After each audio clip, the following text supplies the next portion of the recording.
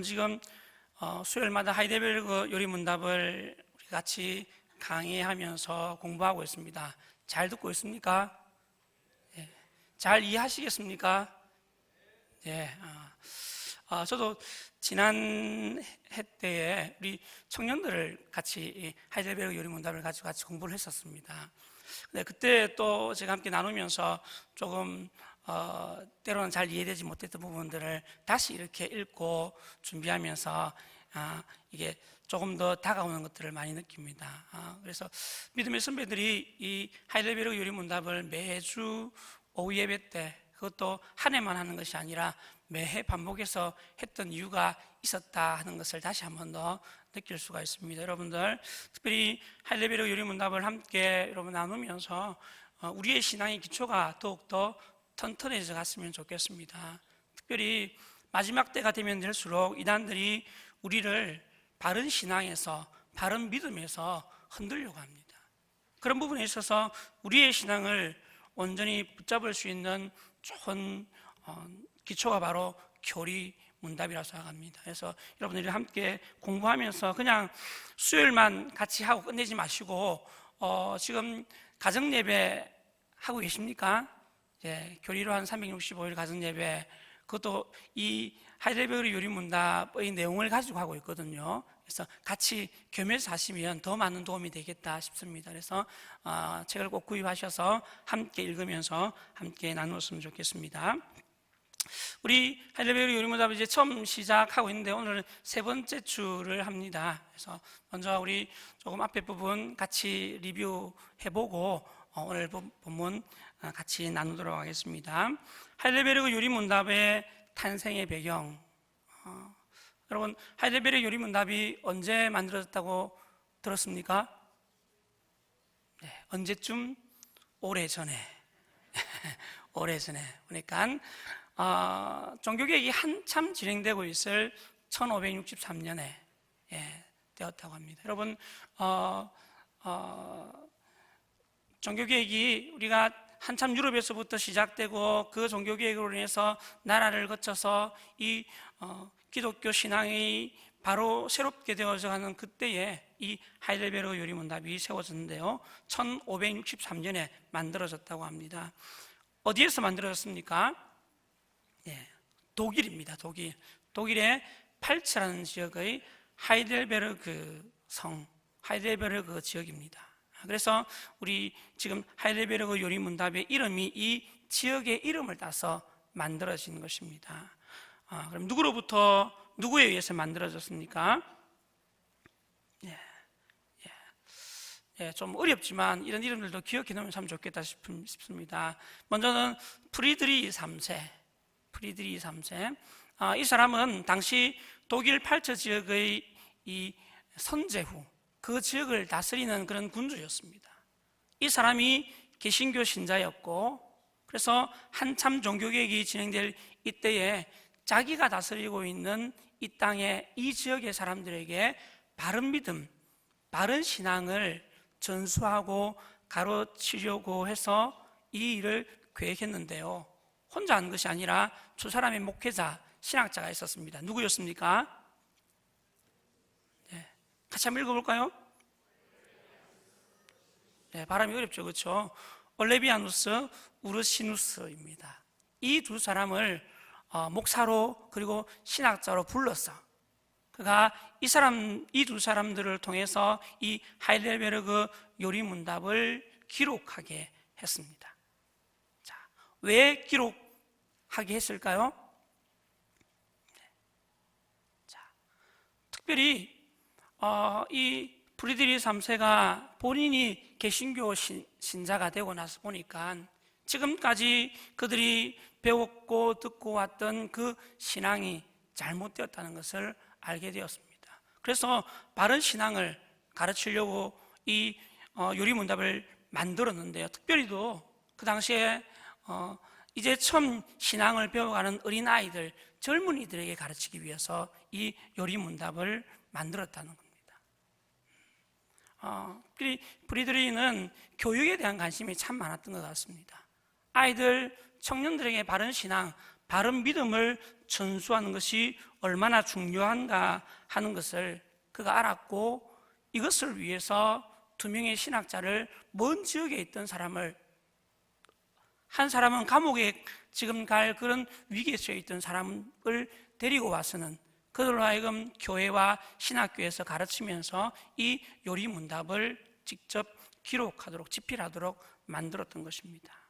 여러분, 이 내용들을 보면서 저는 바른 믿음을 가진 한 사람이 얼마나 중요한가 하는 것을 다시 한번 더 깨닫습니다.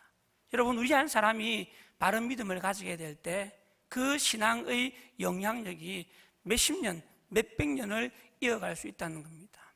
하이델베르그 요리문답이 1563년에 기록되었습니다. 그런데 지금으로부터 한 400년, 500년 된 이 요리문답이, 교리문서가 지금도 우리에게 읽혀지고 우리가 이것을 배우면서 바른 신앙이 무엇인지 그 기초를 튼튼히 하고 있다는 것입니다.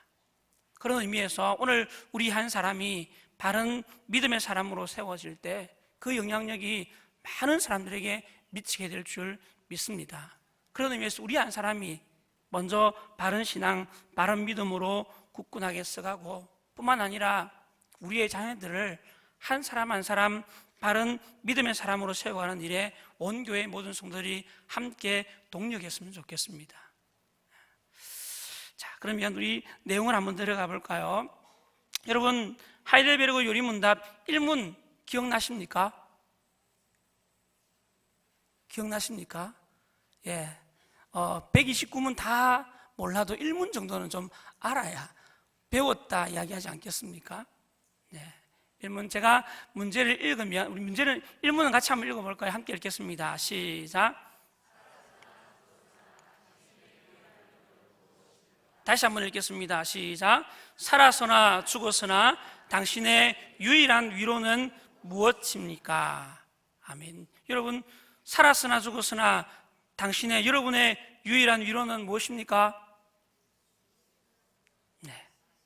네.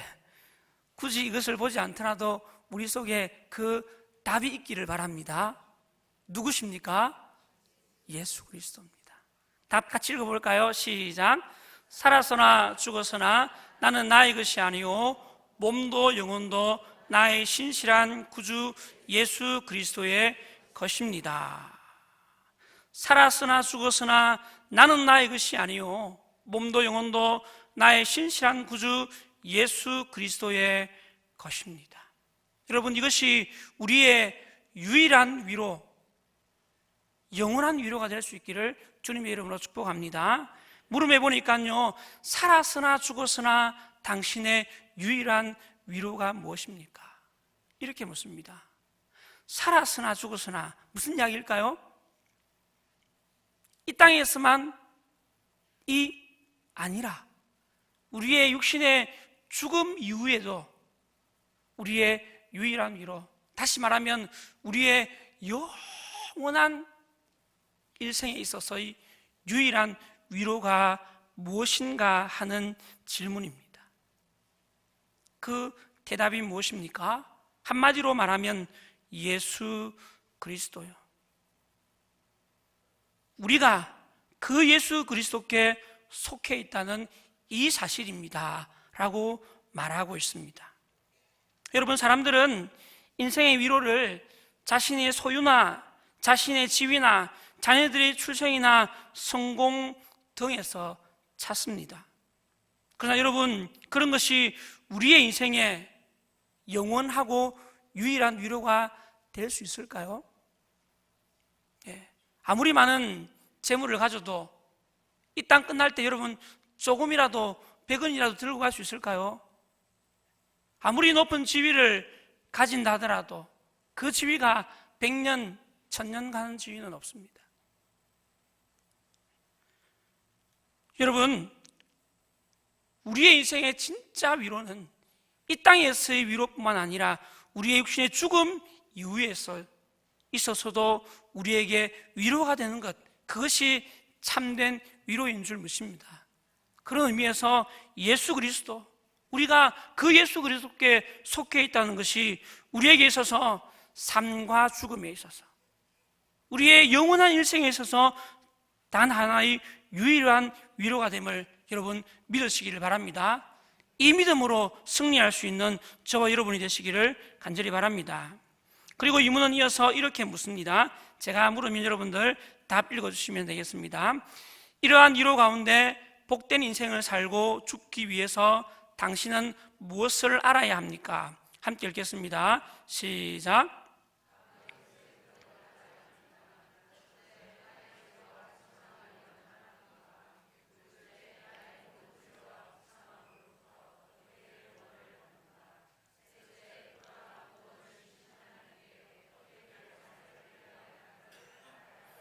네, 잘 읽어주셨습니다. 여러분, 하이델베르그 요리문답에 있어서 1문이 정말 중요합니다. 그런데 2문도 너무너무 중요합니다. 왜냐하면 이 하이델베르그 요리문답 전체를 여는 창문이 바로 이겁니다. 하이델베르그 요리문답이 어떻게 구성되어서 있는가를 보여주는 골격이 바로 이겁니다. 질문의 첫 번째 질문에서 살았으나 죽었으나 당신의 유일한 위로가 무엇입니까? 라고 이야기했는데요. 그렇다면 이 위로 가운데 우리가 복된 인생을 살고 죽기 위해서 당신은 무엇을 알아야 합니까? 라고 이야기합니다. 여러분, 우리는 보통 복된 인생, 행복한 삶을 살고 죽기 위해서는 무엇을 해야 하는가, 또는 무엇을 가져야 하는가, 이런 것을 생각합니다. 그런데 여러분, 하이델베르그 요리문답은 우리가 복된 인생, 행복한 삶을 살고 죽기 위해서는 무엇을 하고 무엇을 가지고의 문제가 아니라 무엇을 알아야 한다고 이야기합니다. 무엇을 알아야 한다. 다시 말하면 바른 지식이 있어야 진짜 복된 인생, 복된 삶을 영원히 살 수 있다는 겁니다. 얼마나 많이 가졌는가, 어떤 것을 소유했는가가 우리의 삶의 복과 저주를 결정하는 것이 아니라 바른 지식, 참된 지식을 통해서 우리가 참된 행복, 참된 기쁨의 삶을 살아갈 수 있다는 것입니다. 그렇다면 우리의 인생이 정말 복된 인생, 행복한 삶을 살고 죽기 위해서 반드시 알아야 할 참된 지식, 바른 지식, 그것이 무엇입니까? 세 가지를 말합니다. 첫 번째 무엇입니까? 나의 죄와 비참함이 얼마나 큰가, 나의 죄와 비참함이 얼마나 큰가를 알아야 한다는 것입니다. 두 번째 무엇입니까? 나의 모든 죄와 비참함으로부터 어떻게 구원을 받는가. 나의 죄와 비참함이 얼마나 큰가를 이제 알았다면 이 큰 죄와 비참함으로부터 우리가 그러면 어떻게 구원받을 것인가를 알아야 한다는 것입니다. 세 번째 무엇입니까? 그러면 구원을 주신 하나님께 어떻게 감사를 드려야 하는가를, 그러한 구원을 우리에게 허락해 주신 하나님께 어떻게 감사하는 삶을 살아가야 하는가 하는 것을 알아야 한다는 것입니다.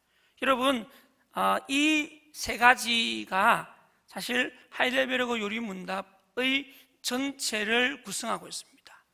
이 세 가지 질문에 대한 답이 1부, 2부, 3부로 나누어져서 계속해서 이어지고 있는 것입니다. 특별히 우리가 지금 계속 살펴보고 있는 3문에서 11문까지는 나의 죄와 비참함이 얼마나 큰가에 대해서 지금 계속 나누고 있고요. 그리고 이것이 끝나고 나면 이어서 그러면 나의 이 모든 죄와 비참함으로부터 우리가 어떻게 구원받을 것인가에 대해서 함께 살펴볼 것입니다.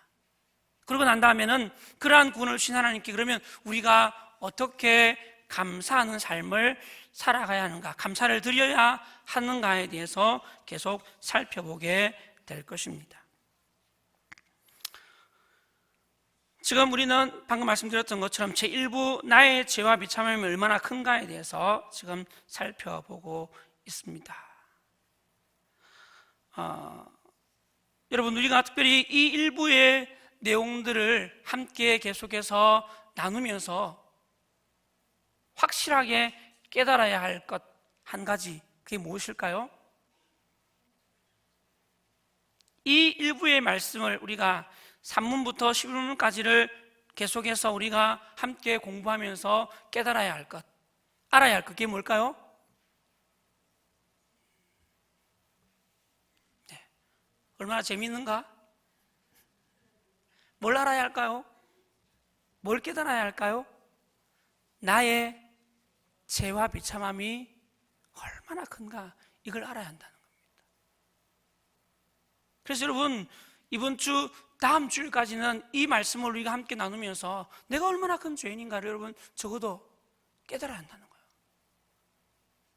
멀쩡하게 여기 앉아서 멋진 모습으로 예배드리고 있지만 내가 얼마나 큰 죄인인가, 내가 얼마나 악한 인생인가 하는 것을 깨닫고 하나님 앞에서 통회하는 마음이 있어야 한다는 겁니다. 하이델베르그 일부를 우리가 함께 나누면서 이 사실을 다시 한 번 더 깨닫게 되기를 간절히 바랍니다. 여러분, 회개는요, 처음 예수 믿을 때 한 번 하고 끝내는 것이 아닙니다.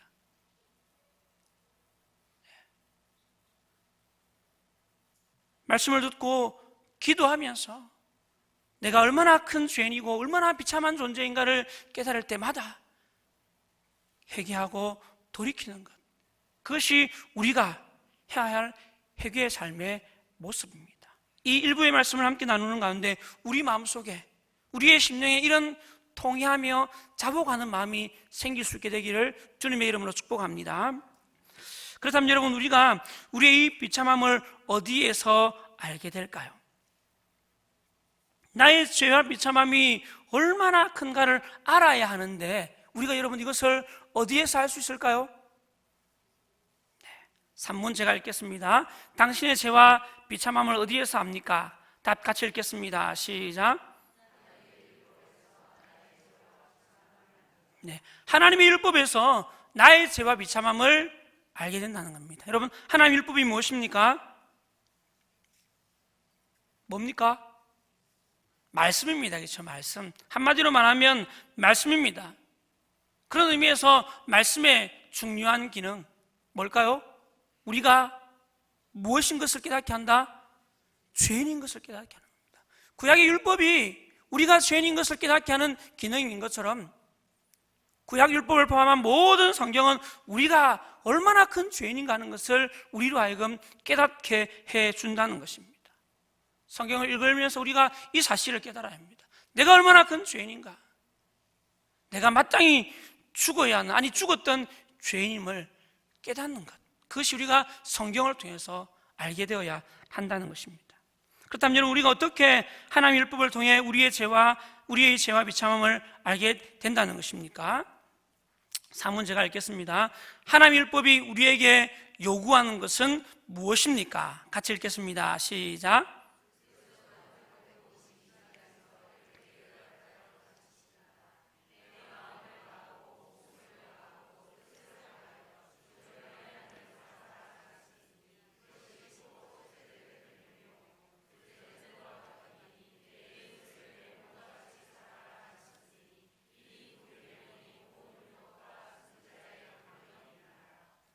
아멘. 예, 여러분, 이 말씀은 예수님께서 하셨던 말씀입니다. 율법의 요약이죠. 그렇죠? 자, 우리가 그렇다면 어떻게 율법을 통해서 우리가 얼마나 큰 죄인이며 비참한 존재인가 하는 것을 알게 된단 말입니까? 라는 그런 질문입니다. 그런데 대답이 무엇입니까? 율법은, 성경은 이렇게 말하고 있다. 여러분, 이 말씀을 간단하게 요약하면 뭘까요? 하나님 사랑, 이웃 사랑입니다. 이것이 좁게는 10계명의 요약일 뿐만 아니라 성경 전체의 요약입니다. 하나님을 사랑하고 이웃을 사랑하는 것, 그것이 성경 전체 하나님께서 말씀을 통해서 우리에게 주시는 율법 계명입니다. 자, 율법이 이와 같은 것을 우리에게 요구하고 있다는 겁니다. 율법이 오늘 우리에게 이것을 요구하고 있는데, 그런데 우리가 이 율법의 요구를 잘 지키고 있다? 없다? 예, 그 이야기입니다. 오문 이렇게 말합니다. 당신은 이 모든 것을 온전히 지킬 수 있습니까? 같이 읽겠습니다. 시작.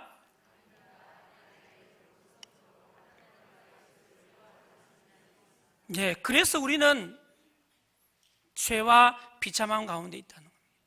하나님의 율법은 우리에게 하나님 사랑, 이웃 사랑을 요구하는데 우리는 그 요구를 온전히 이룰 수 있다 없다? 없다는 겁니다. 아니요, 나에게는 본성적으로 하나님과 이웃을 미워하는 성향이 있습니다. 사랑하는 것이 아니라 반대로 오히려 미워하는 성향이 있다는 것입니다. 미워하는 성향. 사람은 태어날 때 이미 죄의 본성을 가지고 태어난다는 것을 말합니다. 그래서 이런 말이 있지 않습니까? 사람은 죄를 범해서 죄인이 아니라 죄인으로 태어나기 때문에 뭐다? 죄인이다. 그리고 또한 죄를 범한다는 겁니다. 인간이 본성적으로 태어날 때부터 그 죄의 본성을 가지고 태어난다는 겁니다. 여러분, 여기까지가 지난주에 함께 나눴던 말씀이고요. 계속해서 6문부터 8문까지 말씀 이어서 함께 나누겠습니다. 그렇다면 여러분, 하나님께서 사람을 원래부터 그렇게 악하게 창조하셨을까요? 그것이 6문의 질문입니다. 태어날 때부터 사람이 본성적으로 사람을 미워하는 성향을 가지고 있었다면, 그러면 하나님이 처음 사람을 만드실 때부터 그랬냐? 그 질문입니다. 답을 같이 읽어볼까요? 시작.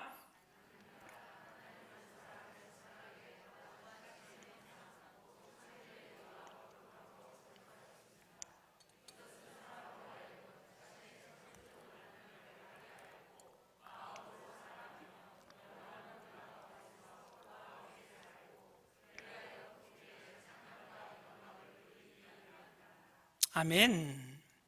하나님께서 사람을 원래부터 그렇게 악하고 패역한 상태로 창조하셨습니까?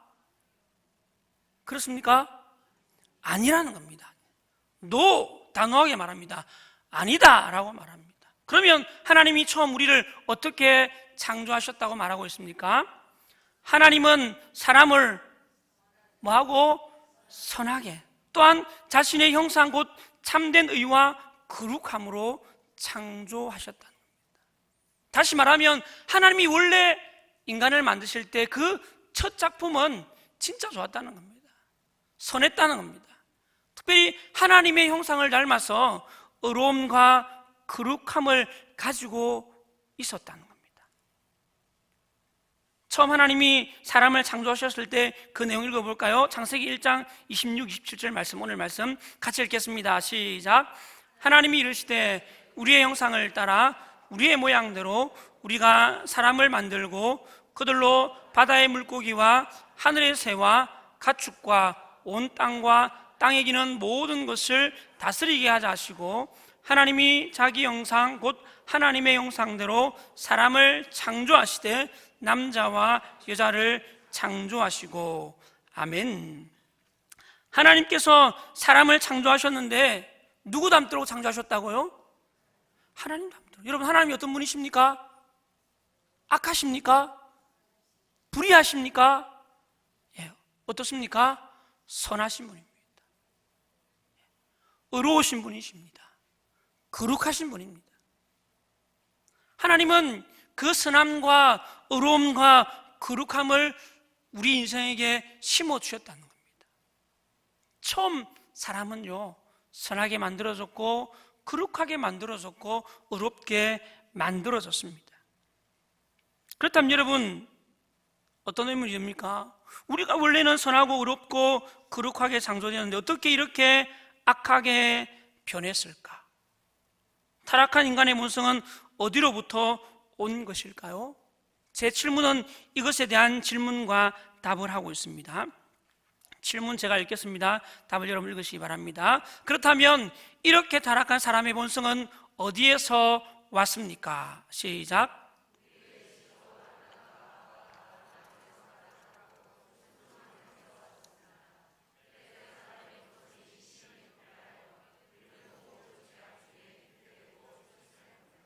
예, 인간의 타락한 죄의 본성이 어디로부터 왔다고 말합니까?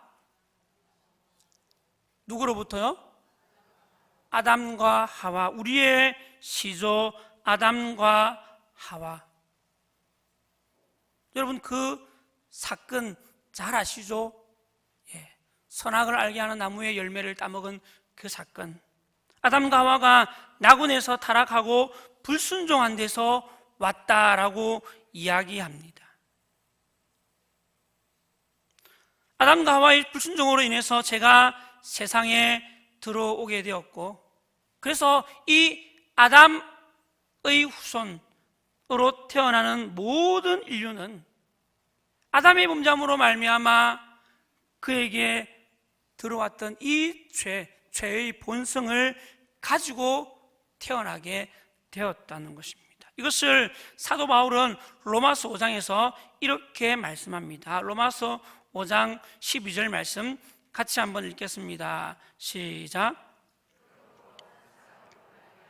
죄가 세상에 들어오고 죄로 말미암아 사망이 들어왔나니 이와 같이 모든 사람이 죄를 지었으므로 사망이 모든 사람에게 이르렀느니라.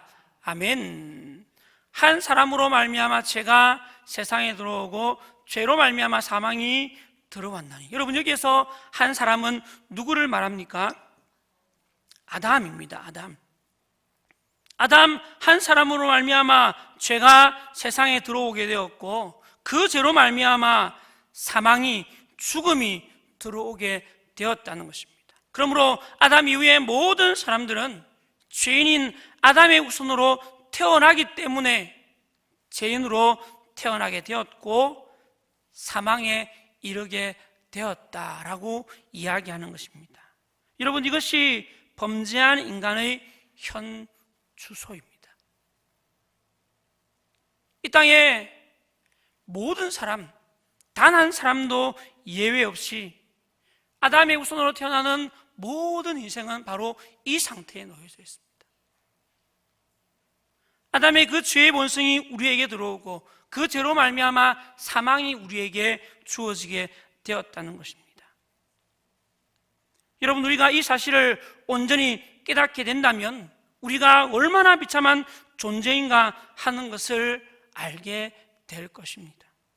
여러분, 복음은 바로 이 비참함을 깨닫는 것에서부터 우리 안에 시작되는 것입니다. 내가 얼마나 큰 죄인인가, 내가 얼마나 비참한 존재인가를 깨닫게 될 때, 여러분, 비로소 복음이 우리 안에서 복음될 수 있다는 것입니다. 자신이 얼마나 큰 죄인인가, 얼마나 비참한 존재인가를 모르는 사람은 결코 복음의 비밀을 깨달을 수도 없고 복음을 받아들일 수도 없습니다. 그런 의미에서 우리 안에 복음이 복음되고 복음이 역사하기 위해서는 이 사실을 깨달아야 한다는 것입니다. 그러면 여러분, 예수 그리스도의 십자가의 복음이 우리에게 가장 큰 기쁨의 좋은 소식이요 복된 소식이 되기 위해서는 먼저 우리가 얼마나 큰 죄인이며 얼마나 비참한 상태에 놓여 있는가를 온전히 깨달아야 합니다. 여러분, 오늘 이 밤에 이 사실을 다시 한 번 더 깨닫게 되기를 간절히 바랍니다. 여러분, 유리문답 8문은 우리의 죄와 비참함이 얼마나 큰가를 다시 한 번 더 확인시키며 이 죄와 비참함으로부터 벗어날 길이 있음을 언급합니다. 우리 8문 제가 읽을 테니 여러분들이 답해 주시면 좋겠습니다. 그렇다면 우리는 그토록 부패하여 선은 조금도 행할 수 없으며 온갖 악만 행하는 성향을 지니고 있습니까?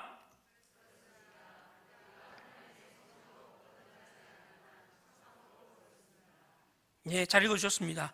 그렇습니다. 우리는 그토록 부패하여 선은 조금도 행할 수 없으며 온갖 악만 행하는 성향을 지니고 있습니까?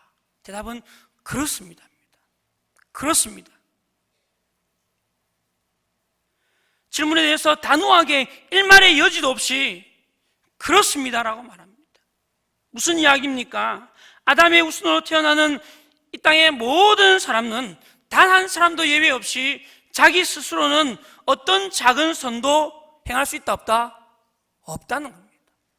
온갖 악만 행할 뿐이라고 이야기합니다. 네. 여러분, 이 땅에 단 한 사람도 자기 스스로 선을 행하며 살아갈 수 있는 사람은 아무도 없습니다. 그런데 여러분, 오늘 이 질문에 대해 답하면서 그렇습니다 라고 답하고는 그렇습니다 라고만 말하지 않고 이렇게 덧붙입니다.